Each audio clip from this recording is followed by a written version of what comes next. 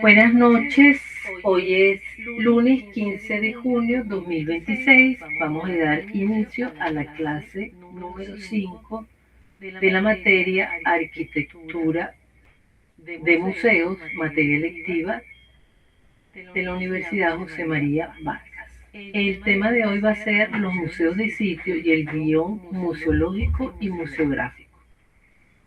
Como ya saben, la dinámica del curso es, esta clase es grabada y les agradezco que, aunque no han llegado todos los compañeros, pero los que están presentes, ya que hemos esperado unos 30 minutos, pues se presenten. Tiene la palabra entonces Adrián. Recuérdense que es con la señal de costumbre, cada quien se presenta y abre pantalla.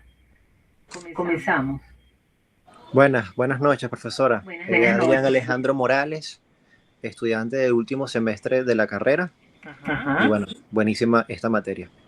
Bueno, Gracias, buenas profesor. noches. Buenas noches, Michelle. Buenas noches, profe. Mi nombre es Michelle Hernández y estoy en el último semestre de la carrera también, de arquitectura. Ah, qué bueno. Arquitectura también yo, se me olvidó, disculpe. Qué bueno. María Fernanda. Buenas noches, profe, ¿cómo está? Soy María Fernanda Pérez y bueno, también soy estudiante de último semestre de arquitectura. Ah, yo no me había puesto pero me estaban escuchando bien. Sí, Sí, profe. Sí. ahora me puse, ok. Sí, profe. Bueno, entonces, vamos a dar inicio a la sesión de hoy, que como les dije, se llama Los Museos de Sitio y el guión museológico y museográfico. Este tema es bastante interesante también, nos va a introducir en una en nuevas búsquedas completamente diferentes a lo que fueron los inicios de los museos que hemos revisado anteriormente. Voy a hacer un pequeño ajuste aquí de pantalla porque tengo que ver quiénes van a acceder para darle acceso a la materia. Bueno, entonces, comenzamos. Habíamos quedado en las revisiones que hemos hecho que surgieron museos en los cuales el objeto museografiado venía de ser producto de exploraciones arqueológicas, ¿verdad? Aquí está llegando, hay alguien. Entonces, Alejandro. Entonces habíamos mencionado esto. Con el desarrollo de la arqueología, que empieza a tomar cuerpo de ciencia y que se va a ocupar del estudio de los restos de materiales para interpretar la evolución de las sociedades precedentes, van a también surgir los llamados museos de sitio, configurados con un nuevo concepto que yo no va a ser producto de expoliaciones. Entonces, ¿qué son los museos de sitio? Los museos de sitio son instituciones culturales situadas en el mismo lugar donde ocurre el hecho asiento a museografiar, según una museología con antecedentes preeminentes. Se han venido desarrollando en diferentes temáticas, según los hallazgos arqueológicos conservados a través del tiempo, o también han surgido para valorizar áreas de interés cultural contemporáneo que ya no se miran como áreas objeto de expoliación de objetos culturales. De manera pues que el concepto de museos de sitio es completamente contemporáneo y así pueden dedicarse a presentar vestigios históricos, artísticos, ambientales o tecnológicos, pero en el mismo lugar donde fueron creados. O sea, ya no van a ser los museos de sitio, o mejor dicho, los museos de sitio van a estar emplazados en el mismo lugar de los hechos. Entonces vamos a ver los principales museos de sitio temáticamente. Encontraremos museos de sitio ambiental o lo que se ha llamado ecomuseos. Parten de una relación significativa entre el medio ambiente y las comunidades del entorno. porque van a describir el paisaje cultural excepcional. Un ejemplo tenemos el Museo de los Glaciares en Noruega o el Ecomuseo del Carolí en Venezuela. Otro tipo de museo de sitio es el arqueológico, que protege y dan a conocer un sitio con vestigios arqueológicos encontrados, pero en el propio lugar de los yacimientos. Y allí no se van a desconfigurar las piezas, ni la estructura histórica que se encuentra en el lugar. Van a tener un guión museológico que muestra los distintos hallazgos en sus diferentes escalas en el mismo lugar. El más reciente, por ejemplo, ocurre en varias estaciones del metro de Roma, en Italia. Son conocidas como las arqueoestaciones. Un ejemplo de estas fue la inauguración reciente, en diciembre de 2026, de la estación del Coliseo y de la estación Puerta Metronia.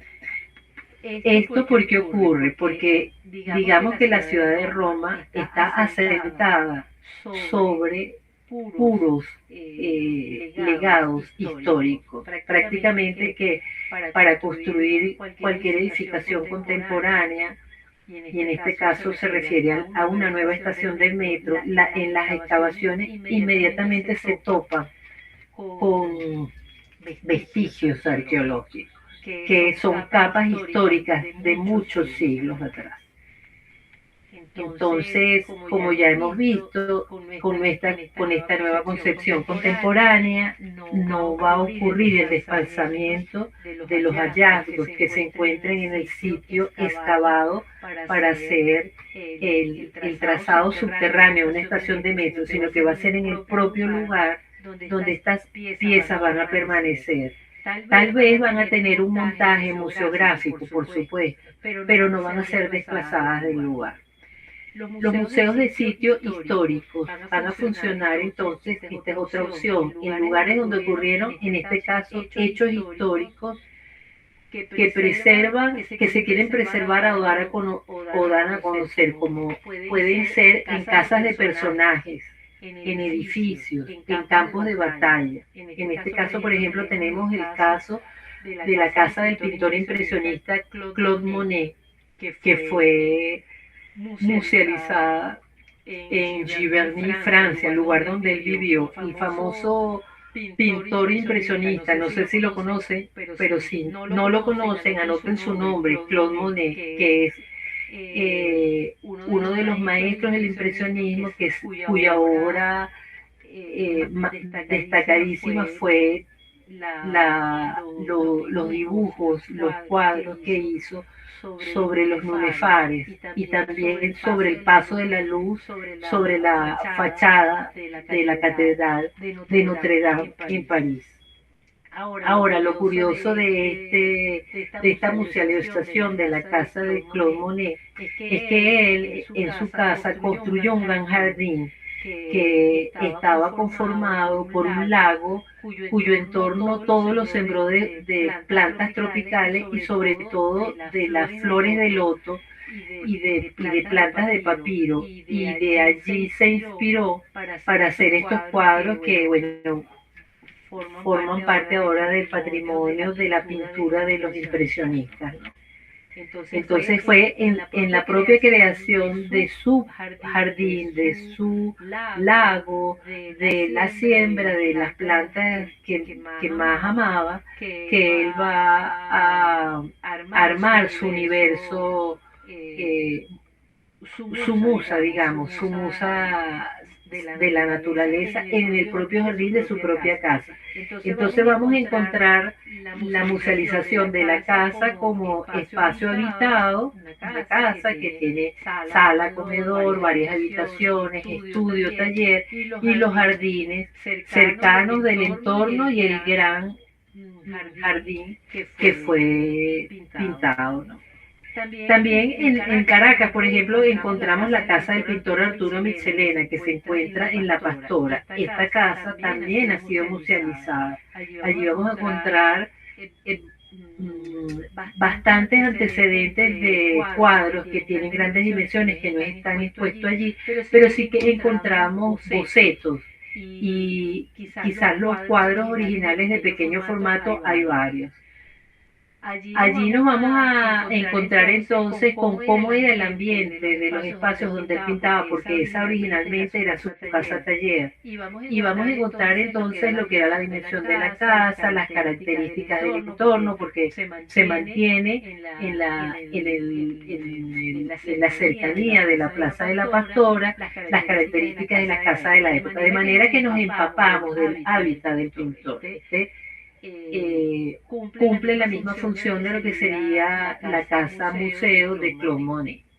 El otro tipo de museo de sitio es el que se aproxima a todo lo que tiene que ver con lo industrial o los aspectos técnicos. No solo se van a referir al pasado remoto. Estos museos de sitio industrial son representativos de modos de producción y de la tecnología que se ha usado en un momento dado. El museo se instala, como dijimos, en el propio lugar, en antiguas fábricas, en antiguas minas, explotadoras de metales, en talleres de trabajo o en represas hidroeléctricas. Como el museo destaca el Museo Industrial de Peter Behrens-Bau en Alemania, que fue creado en una antigua fábrica de acero, una acería diseñada por Peter Behrens, que tiene la particularidad este edificio que fue hecho con los estamentos arquitectónicos del Bauhaus. Por lo tanto, la edificación, ella en sí misma ya tenía un valor representativo para la arquitectura de la época, y además el agregado de todo lo que está en su interior, que tiene que ver con una fábrica industrial de principios del siglo XX. En Venezuela nosotros nos vamos a encontrar con el complejo hidroeléctrico del Guri, que fue musealizado a partir de la década de los 80 en varias etapas. Entonces vamos a ver un poquito qué es este Museo de Sitio Industrial de Venezuela, la Central Hidroeléctrica del Guri. En Venezuela esto fue creado desde 1963 hasta 1986. La represa del Guri, para los que no hayan ido, está una muy buena imagen y se encuentra en Puerto Ordaz, Estado Bolívar. Y ella fue la primera central hidroeléctrica de escala latinoamericana. Por lo tanto, hoy día, cuando tenemos estos problemas de electricidad, es incomprensible que se haya deteriorado todo este sistema. Por supuesto que la demanda de electricidad ha aumentado porque hemos aumentado de población y de instalaciones, empresas, viviendas, edificios, industrias, con lo cual también tenía que irse ampliando la capacidad de la central hidroeléctrica, pero de todas maneras contamos con esta central hidroeléctrica que en su momento fue de las más importantes de América Latina. Allí vamos a encontrar que en la sala de máquinas de la represa se encuentran enormes turbinas que fueron musealizadas a través de la intervención del artista cinético Cruz 10, que crea una ambientación cromática. Y a un extremo de la pantalla de agua se crea una terraza aquí, donde se va a instalar la escultura inmensa Torre Delta Solar del artista Alejandro Otero, aquí en este extremo. En el otro extremo, la Plaza del Sol y la Luna. Ahorita vamos a ir viendo y explicando las partes que componen todo el museo. Entonces vamos a encontrar que en ese extremo se ubicó la Torre Solar, escultura monumental de abstracción geométrica y arte cinético que se instala e inaugura en el año de 1986. El artista Alejandro Otero también fue invitado, bueno, porque ya era para este momento un destacado artista reconocido de este movimiento, y además por ser oriundo del Mantego, que es el estado Bolívar. Él nació en el año de 1921 y murió en Caracas en el año de 1990. Él se fue perfilando en esta tendencia del abstraccionismo geométrico y comienza a utilizar para las esculturas de gran escala urbana aluminio anodizado en las aspas y las láminas de hierro para las bases y los anclajes. El movimiento lo produce por el estudio de lo que sería la energía eólica. Aquí podemos ver detalles en este dibujo, detalles del tótem solar que se encuentra en la Avenida México, que estuvo por mucho tiempo a un lado de lo que fue antes el Hotel Caracas Hilton, que luego se llamó Alba Caracas. Tengo entendido que este tótem solar ha sido trasladado creo que a la entrada del Museo de Arquitectura. Este dibujo del medio es un poco para que vean el esquema del tipo de dibujo que él hacía, ¿no? Donde está sobre todo en la foto de arriba, aquí estamos viendo la composición de las aspas, que va a ser un leitmotiv que compone distintas esculturas.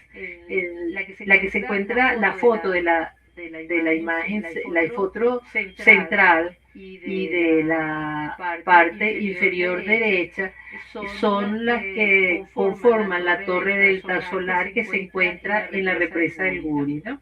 Aquí estamos viendo que en el año del 2024 le hicieron un homenaje, en el año 2021, exacto, en el Museo Alejandro Otero que se encuentra en La Rinconada, hicieron una retrospectiva de toda su obra porque cumplía 100 años. Esta exposición en ese momento tuvo que ser suspendida por el tema de la pandemia, pero posteriormente se volvió a hacer, se hizo realmente en el año 2024. Bueno, Otero obvia en estos dibujos la descripción y la resolución de los aspectos técnicos y operativos, como si se diera por sentado la factibilidad del funcionamiento de sus autómatas. En cambio, parece concentrar toda su atención en poder proyectar de manera gráfica, con toda inmediatez posible, un determinado pensamiento estético. Estos dibujos, a la manera de los Leonardo da Vinci, nos hablan y nos dan idea de la rotación, mas no nos dan idea de cómo se va a construir. Dice Wilson Aldo, crítico de arte en la revista Estilo, que está publicada de manera online en un artículo escrito en el 2020, que sus dibujos dan fe de la libertad imaginativa del artista, de su esperanza en el futuro, de su confianza en los poderes renovadores del arte, de cara a un mundo embriagado por los progresos alcanzados en el terreno de la ciencia y la tecnología. Entonces, es bastante curioso que él, apuntando a algo tan innovador como era el movimiento a través de la fuerza y la energía eólica, por otro lado, no se preocupara en detallar cómo se va a construir eso. Sin embargo, él desde el principio, cuando aborda, porque él antes pintó abstracto, hizo gráfica también, pero cuando empieza ya a abordar el tema de las grandes esculturas, él ya se ubica en la búsqueda de usar materiales contemporáneos como lo que sería el aluminio anodizado, el hierro, las grandes dimensiones, y para eso va a estar acompañado y asesorado de ingenieros técnicos, ingenieros mecánicos, ingenieros industriales, que van a resolver estas imágenes que con tanta finura él dibuja. Las piezas, como vemos, tienen una textualidad literal del dibujo, y sorprende ese grado de precisión, porque él en realidad nunca hizo detalles de cómo esto iba a funcionar. Sin embargo, el estar acompañado de ingenieros industriales que interpretaran a fidelidad lo que él quería, y debió ser producto de esos intercambios en su propio taller, con sus maquetas pequeñitas que se hacía, hizo que lograra alcanzar el objetivo de lo que pretendía con el concepto, pero también con la manufactura de la obra. Alejandro Otero crea entonces en Guri un diálogo entre lo que sería la energía hidroeléctrica y la energía eólica, con su escultura Torre Delta Solar. Él va a desarrollar entonces una obra escultórica que va a ser pionera y visionaria del espíritu de los tiempos, digo yo, por venir. Sus esculturas están a caballo entre la percepción del viento, o sea, la energía eólica que le dará movimiento a las piezas, la tecnología constructiva con los materiales empleados y el ensamblaje completamente contemporáneo que todas estas piezas implican. El devenir de su obra estará vinculado con el centro científico de la empresa IBM de Venezuela, que despuntaba en la década de los 70 con lo que sería el uso de la computadora o de la informática, pero que no estaba tan desarrollada como lo que tenemos nosotros en el día de hoy, y ni siquiera estaban desarrollados los programas ni 2D ni 3D. Con su descubrimiento de la computadora como herramienta y como recurso tecnológico, él hace un diálogo estrecho que lo involucra directamente con su obra. Dice el investigador y crítico de arte Adolf Wilson, Otero reconoce y valora la calidad gráfica que le brindan los diseños para los diseños 2D y 3D, ¿no? Los diseños 2D y 3D. Para sus esculturas obtenidas en la computadora, y los describe como excepcionalmente hermosos y expresivos, más incluso que si fuesen hechos por la mano de los técnicos más hábiles y responsables. Esto está en una publicación de la revista Estilo Online, como les dije, en diciembre del 2020. Bueno, estamos viendo entonces que hay un diálogo, nos estamos encontrando en un museo de sitio que se hace en una central hidroeléctrica, y el acompañamiento que va a tener de los artistas van a estar sintonizados o alineados con lo que son los nuevos lenguajes del arte también. Del catálogo de artistas tomamos esto que dice: Cruz 10 interviene en los muros laterales y las cúpulas de protección en los topes de las 10 turbinas. Esta gran sala de turbinas de las 10 turbinas va a ser intervenida por Cruz 10 y permite un diálogo entre la luz tropical y el color. Él va a intervenir tanto las paredes laterales como las cúpulas que se colocan en las turbinas. Miren aquí la foto de la derecha inferior, donde vemos las turbinas y las paredes sin tener ningún tipo de intervención. Y luego en la foto de arriba, cuando ya el espacio está intervenido, fíjense que el cambio, las turbinas siguen funcionando, pero la calidez y la calidad estética que asume esta sala de máquinas es definitivamente extraordinario. Esto hace entonces que esta sea una de las instalaciones de mayor dimensión que para su momento existía. Bien tarde, o no tarde, sino bien reciente, va a ser la reversión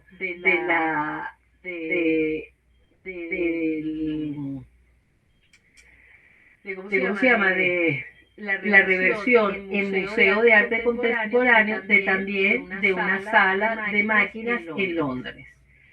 Esto es mucho anterior, muchísimo más anterior. O sea que de alguna forma estamos siendo pioneros, tanto desde el punto de vista de la ingeniería hidroeléctrica como pioneros en la creación de un museo de sitio vinculado a un lugar industrial. Pero para completar todo lo que será este museo de sitio, en este extremo, aquí en el circulito rojo, estoy mostrando dónde queda la torre solar. Todo este lado sería la pantalla de agua, y en el otro extremo al frente se va a encontrar la Plaza del Sol y de Luna, diseñada por los arquitectos Esther Áñez y Lisset Ávila, las cuales conozco personalmente, y en el caso de Lisset Ávila, cuando ella estaba entregando su tesis de arquitecta, yo estaba a mediados de carrera, o sea que la conozco Conozco su trayectoria, una valiosísima arquitecta. Ella hace ya unos años que no vive en Venezuela, producto de nuestra situación. Primero vivió en Boston y ahora tengo entendido que se ha mudado a España. En 1986, entonces, se concluye la construcción de la Plaza del Sol y la Luna, que está ubicada en la represa que primero se llamó Raúl Leoni, luego se llamó la represa del Guri y actualmente le han puesto el nombre de la represa hidroeléctrica Simón Bolívar. Se encuentra entonces, como les dije, al lado opuesto de la escultura de la Torre Solar. Para completar el paisajismo de la represa como centro de visitantes, la plaza será la antesala al recorrido de sus instalaciones. Pudiéramos decir que toda ella se constituye, todo esto se constituye en un museo viviente. Su nombre es el motivo concebido en de las dos partes contiguas. Así vemos, la Plaza del Sol, esto que estamos viendo en primer plano, es un reloj solar de gran escala. Y la Plaza de la Luna es una fuente escalonada que se adapta al desnivel de terreno. Toda ella es cómodamente recorrible y cuenta con áreas de estacionamiento y servicios para visitantes, de manera de facilitar el ingreso a este es el ala donde se encuentra la sala de turbina, con esta gran intervención inmersiva de Cruz 10 para recorrer y luego ver la torre solar en este terreno, que permite además admirar todo lo que sería la gran pantalla de agua, como lo estamos viendo aquí. ¿Verdad? Entonces todo esto, con la admiración del paisaje, sus recorridos y visuales, es lo que constituye lo que se llama el Museo del Sitio de la Central Hidroeléctrica del Guri. Entonces, el Ecomuseo del Caroní, que sería el otro museo del sitio, cerca de Puerto Ordaz se encuentra también este ecomuseo. Este fue desarrollado en la década de 1992 al 98. Es un cubo rojo con 6 niveles, que se integra tanto con el contexto natural como con las instalaciones de la represa. Esta represa es la Macaguas 2, creada en 1989. Vamos a decir que 3 años después se inicia la construcción del ecomuseo, que culmina para ser inaugurado en el año 1998. El Ecomuseo del Caroní fue creado al frente de la represa, y también aquí son arquitectas el equipo de Esther Fontana y Lisset Ávila, y la dirección general es del arquitecto José Torcat. Allí se puede conocer el funcionamiento de una represa hidroeléctrica. De esta represa se observa la sala de turbinas, dispone de diferentes espacios donde se realizan exposiciones itinerantes de diferentes temáticas, pero sobre todo se hace énfasis en la conservación ambiental. Estamos viendo los espacios, ¿ves? En este caso, la sala de turbinas no se puede penetrar como en el caso del Guri, sino que se ve a través de este gran óculo. Y los espacios expositivos están en zona opuesta a esta fotografía. Bueno, entonces estos serían los dos grandes museos de sitio, los dos grandes museos de sitio vinculados con el tema industrial. Pero otro museo muy importante es el Museo de Vestigios Arqueológicos que se encuentra en Falcón. No le puse, ahora me estoy dando cuenta que no puse ninguna reseña. Se encuentra en el sitio que se llama Taima Taima. Allí se encontraron unos huesos óseos de un mamut y de una tortuga gigante cuyo hallazgo generó unas investigaciones arqueológicas que permitieron, fíjense lo que les voy a decir, lo interesante, que permitieron esos estudios corroborar con los hallazgos de estos animales de grandes dimensiones que el Orinoco desembocaba hacia el norte de Venezuela. sobre el Mar Caribe. Es decir, que Falcón, que es donde se encuentran estos hallazgos en la zona de Taima, era parte del delta desde donde desembocaba lo que sería el Orinoco. Y esto se ve además porque aparte de los huesos del mamut y de la tortuga, se encontraron también conchas marinas. Bueno, le voy a deber este pedazo, esta breve reseña, y en la próxima clase vamos a hacer una introducción porque de verdad que vale la pena hablar un poquito de este hallazgo. Bueno, en los museos de sitio hemos dicho que también se encuentran dentro de la temática de los ecomuseos, el Museo de los Glaciares. Este se encuentra en Noruega. Está ubicado en un lugar que se llama Færland, que se encuentra a 7 kilómetros del glaciar principal. Fue inaugurado en 1991 con el objeto de difundir el conocimiento sobre los glaciares y el clima, en base al estudio e investigación que provee el Centro Climático ULTES, que se encuentra allí localizado. En la era del cambio climático, cada vez adquiere más relevancia sus predicciones del tiempo. O sea, el Museo Glacial está de alguna forma relacionado con estos estudios que nos van revelando el cambio climático y el calentamiento global. Es una fundación privada con alianza de varias instituciones vinculadas a la temática medieval.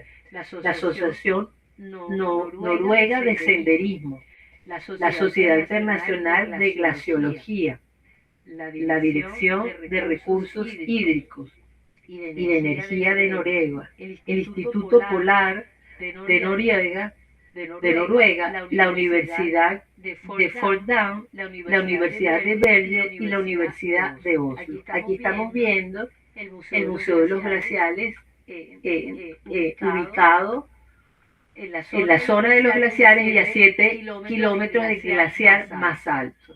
Ustedes saben que nosotros tenemos glaciares detectados en la cordillera andina, en el Cerro Bolívar, en el Pico Bolívar, y que estos glaciares se han perdido, solamente queda un solo glaciar, porque con este tema del cambio climático se han ido derritiendo, ¿no? Entonces, el edificio fue diseñado por Sverre Fehn, cuya obra fue reconocida con el premio Pritzker, el más importante a la arquitectura, en el año 1997, y con el premio noruego de arquitectura. Este es el arquitecto. En el 2012 construye una extensión del museo, también diseñado por el mismo arquitecto, en el centro climático. Sería el centro climático abierto en 2007. Combina exposiciones interactivas sobre el glaciar, el clima y la historia austral.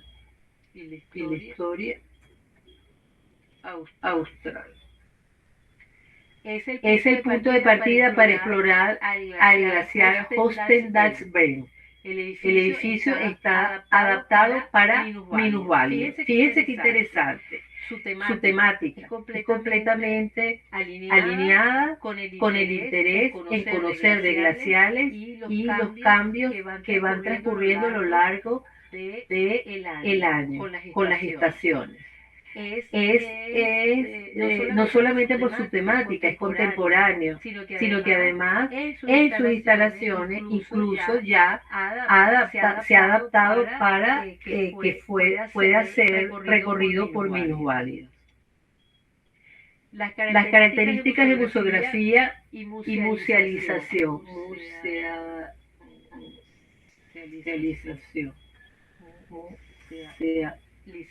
Museografía y musealización. Es un edificio en concreto armado y madera. Sus marcados volúmenes angulosos evocan el paisaje glaciar.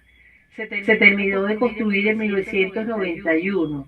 Fue ganador del premio Pritzker en el 97. Los espacios del museo lo componen las salas de exposiciones que están orientadas a presentar un contenido educativo basado en los conocimientos científicos sobre glaciares, con su historia y el impacto que provoca en ellos el cambio climático. Pero no solamente va en salas de exposiciones, allí funciona el Centro Climático, que fue abierto en el año de 2007. Es un área con salas de trabajo al servicio de varias universidades e instituciones científicas que siguen los efectos del cambio climático. Esto programáticamente también nos habla de un museo de nuevo tipo.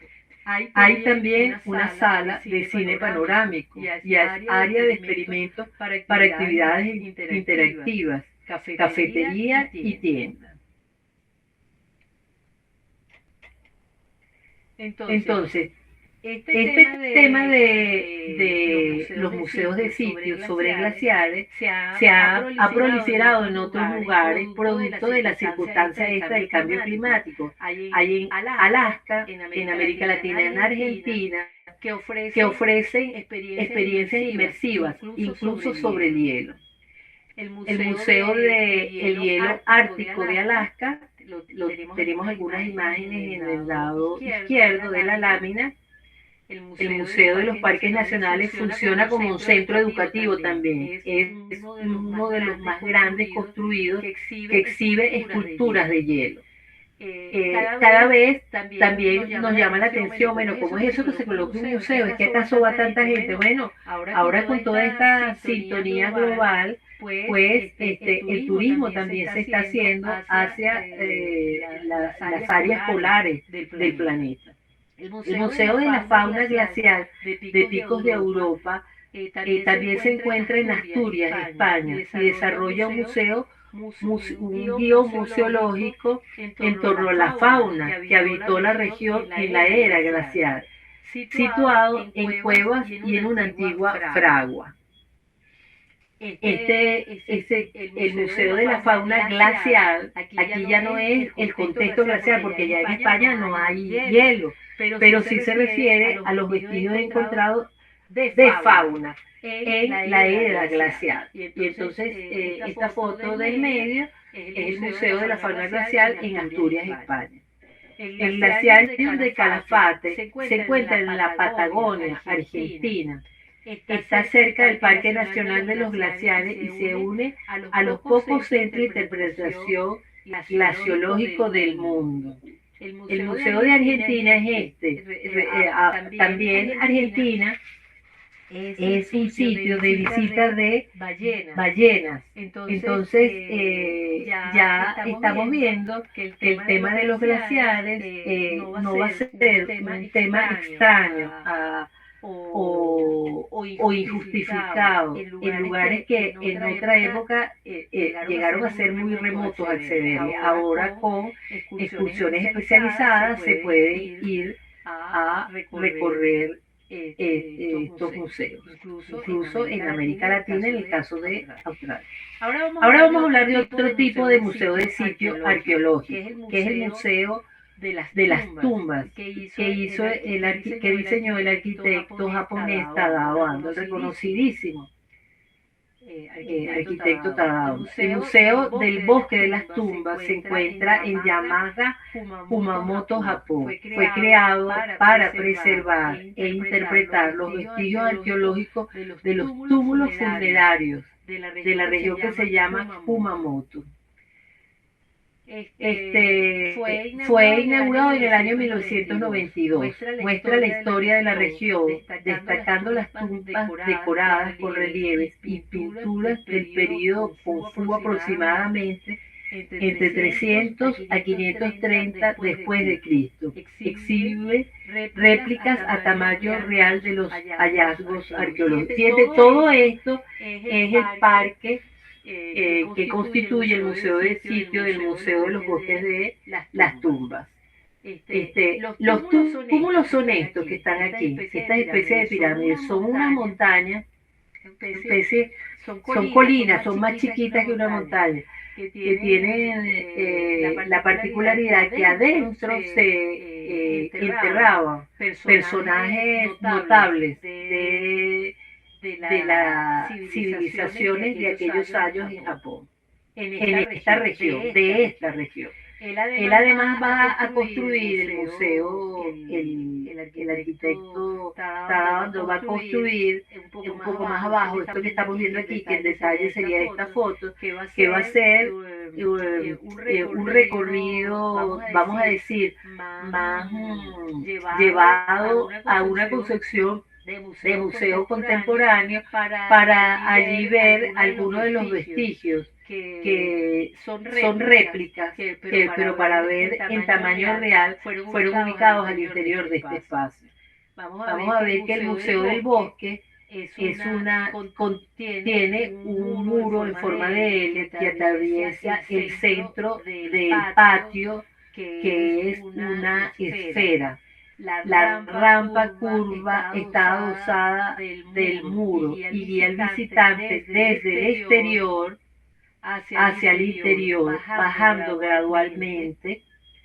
Desciende física y simbólicamente de la tierra a las tumbas, que es el núcleo del museo. Todo es en hormigón liso, sin ornamentación. La atención se centra en el espacio, en la luz, en la historia del lugar y en el silencio, en la luz, en el silencio.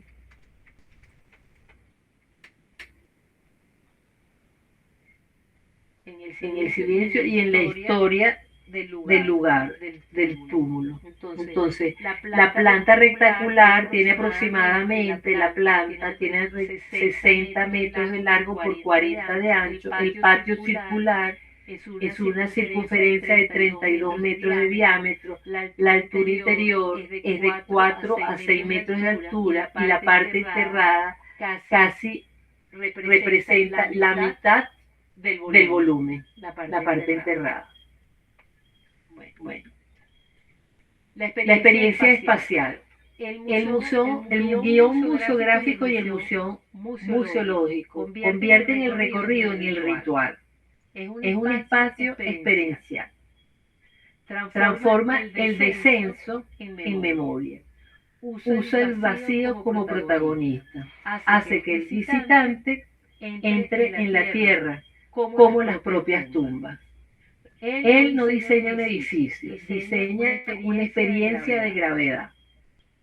La experiencia espacial, ¿en qué consiste? Camina por el bosque. Al caminar por el bosque, vamos a mostrar la primera imagen. Aquí. Este bosque. ¿No?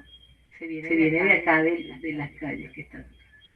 Entonces, al caminar por el bosque no se ve el edificio monumental. Se encuentra en una entrada discreta y comienza a descenderse, se encuentra esto, una entrada, y comienza a descenderse lentamente. El patio circular aparece como un vacío dramático. La luz cambia, el sonido cambia, del sonido de pájaros, del viento, tal, al silencio. La temperatura cambia. Afuera hay sol, mientras más descendemos hay humedad, hay oscuridad. Las piezas arqueológicas acompañan el recorrido y siempre mantienen relación visual con el cielo a través del círculo que se abre, abierto. La clave conceptual del recorrido no es un museo de salas, es un museo de transición, es un espacio experiencial. La rampa es narrativa, el círculo es memoria. El enterramiento es respeto hacia las tumbas antiguas. La luz central es el vínculo entre el pasado y el presente. Entonces estamos viendo, fíjense, que nos encontramos ante un museo que él en sí mismo, por la manera como se recorre, por la manera como nos está conectando con una experiencia funeraria, como lo es el enterramiento, entonces él va generando esta metáfora que hace que él como museo en sí mismo también es una pieza de ese museo. Las características y tipología, conclusión. La arquitectura de Tadao Ando, como sabemos, se caracteriza por la pureza de la forma, busca dialogar por contraste con el entorno natural, y en este caso su entorno es boscoso, es vegetal. Aquí la arquitectura entonces armoniza con el mensaje natural y arqueológico, porque prácticamente que está como apenas asomándose. El acceso se realiza a través de un denso bosque. Bueno, que como dijimos, prepara el recorrido al museo. El espacio del museo son volúmenes geométricos puros, como es característico de su obra. Y encontramos que utiliza la luz natural para modelar. La museología cuida que el espacio conecte al visitante con el lugar de introspección y reflexión, siendo así como más se va a convertir entonces más que un contenedor de objetos, ya que va a ofrecer una experiencia de conexión con la historia y el contexto de ese sitio. No hay grandes salas de galería como los museos típicos, convencionales que hemos estudiado. Lo que se expone aquí son restos arqueológicos y hallazgos de tumbas, organizados a lo largo de un recorrido con una intención contemplativa. No es un museo de sala, entonces, como todo lo que hemos visto anteriormente, es un recorrido que transcurre a través de una rampa curva. La experiencia entonces no va a ser frontal, ¿cómo se llama? Ni direccional por un eje que conduzca de una sala a otra sala a otra sala. El centro no se revela nunca totalmente. El silencio está amplificado y forma parte, es otra parte, es otro componente más. Hay un aislamiento acústico natural, hay una disminución del ruido exterior. Hay un sonido amortiguado por el hormigón, que sabemos que el hormigón amortigua muy bien el sonido. Las voces se expanden verticalmente y se percibe una figura de reverberación, de eco, tal como si estuviéramos entrando en un ámbito de ultratumba. Entonces, bueno, ya estamos finalizando. Aquí dejo una bibliografía. Escultura del siglo XX, la editorial Bloom, es una muy interesante editorial española que tiene una serie de libros dedicados a la arquitectura, a las distintas temáticas. También vamos a encontrar el arte y la percepción visual de la Alianza Forma de esta editorial española. La editorial Gustavo Gili, esta es muy buena seguirle la pista porque siempre nos va a presentar crítica de arquitectura, monografías de arquitectos, temáticas de arte y arquitectura, estética, ciudad, etc.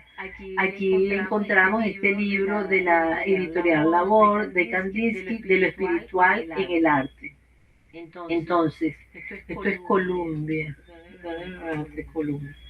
Entonces, de las fuentes digitales vamos a mencionar los archivos de arquitectura digital de revistas que también están físicamente y que pasaron a la historia por ser muy buenas sus colecciones. La revista de archivos digitales podemos tomar en cuenta la de los proyectos del MoMA, del Museo de Arquitectura. En la revista Croquis Detalle Magazine, en algunos números de la revista Estilo, podemos encontrar, y con respecto, aquí lo había puesto, con respecto a los miles de años de historia y yacen en Taima Taima, este es un artículo del año 2023 y lo podemos conseguir en su página web. Aquí está el link. Bueno, para culminar vamos a hablar un poquito de lo que va a ser la tarea, la evaluación es un foro 3. El hilo de discusión, por supuesto, va a ser el tema central, la arquitectura del Museo del Sitio, teniendo como referentes al Ecomuseo de Caroní en Venezuela y el Museo de los Glaciares en Noruega y el Museo del Bosque de las Tumbas de Japón. Vamos a seguir conversando con detalle de qué va este hilo de grabación y paso a detener la grabación.